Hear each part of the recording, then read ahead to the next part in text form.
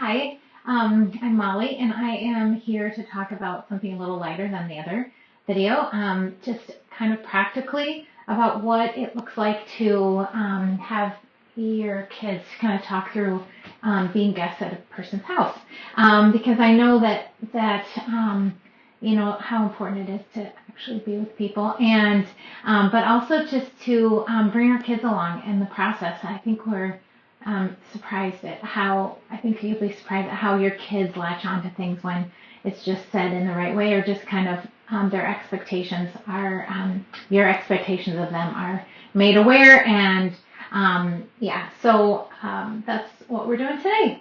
So I'm gonna, let's see. Okay, so children are quick learners. They may fake it sometimes, but they do catch on. We all do, especially in the right environment, with the right words, the right tone, and repeated often, a lot. That's the part of parenting that is essential. We all desire to be the type of guest that gets invited back and leaves feeling refreshed, not stressed. While it's often in the back of our minds, it shouldn't be about having someone think we're great mothers because our children are so well behaved, right? Um, if they aren't and they really mess up, what does that mean for us? Are we back to asking, we're back to asking the question if we're good enough.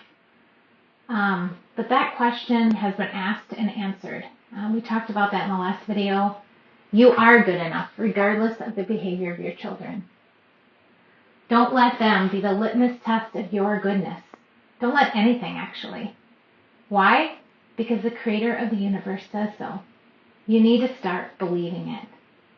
So why would we teach our children to behave when they're a guest in someone's home? Because it teaches them to honor people and their possessions. It teaches them that God is a God of order, not chaos, and that we're to live in relative order, even in our behavior. It teaches them that self-control over their bodies is important. It teaches them that mom is helping them have tools to live and engage with people, setting them up for success.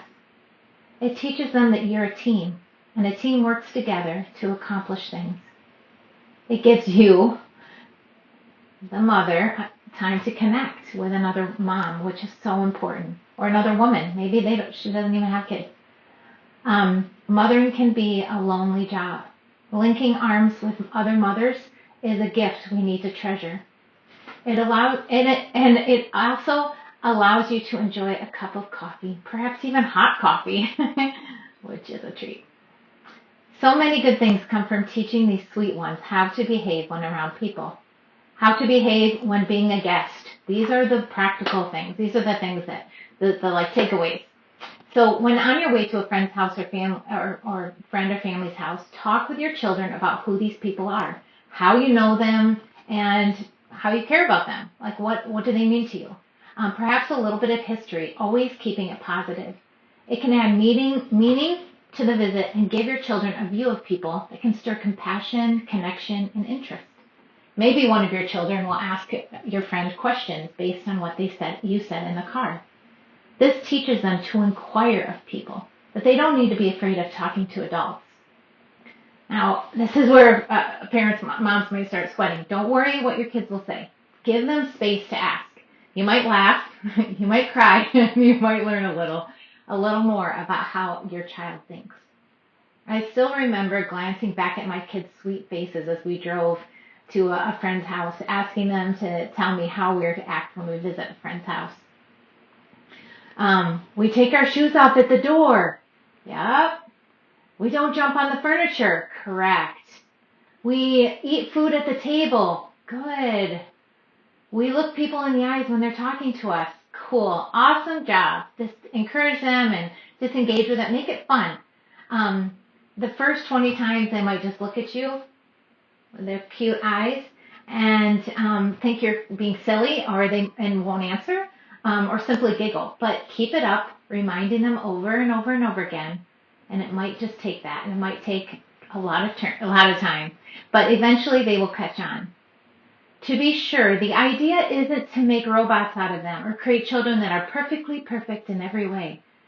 We are simply teaching them how to honor people and their home. Honor is a lost art these days. I think it's time we bring it back. When my kids were babies, I remember reading an article before the days of Google. Yes, I was raising them before we had that, about a woman with 14 kids. The purpose of the article was to tell how rested and refreshed this mother was, how her children were a delight to her. Honestly, at the time, I thought this was really strange.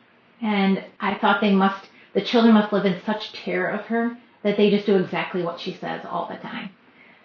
Knowing what was in my heart, the Lord began to show me the truth. The more I invested in training my kids, kindly teaching them, sweetly encouraging them, the more I enjoyed being with them, the less I expected the DEFCON 5 to happen when we were out in public. I did not do this perfectly at all. I yelled a lot. I used yelling to get my point across, but it never did. In fact, my yelling took their eyes off changing what they did wrong and put their eyes on what I was doing wrong. There were parts of me that were broken, wounded from my younger years and my own making. Lies I believed about myself that I let grow and hurt me. This came out in my parenting often, but I did the best I could with what I had at the time. Sweet mothers, your children can learn from your mistakes too. Telling them I was sorry was a regular part of our days back then. But fortunately, God was so faithful. He placed people in my life who helped shape me, encourage me. Staying close to Jesus, just hearing him, hearing his heart for my kids, for me, allowed me to see areas that needed work. And then we would work on those areas together, he and I. Working smarter, not harder, looks like sharing with your kids how you expect them to behave in someone's home. It looks like being guests that people want to invite back. It looks like you and your kids being a team who bless people and have fun doing it. Try it and share with us how it went.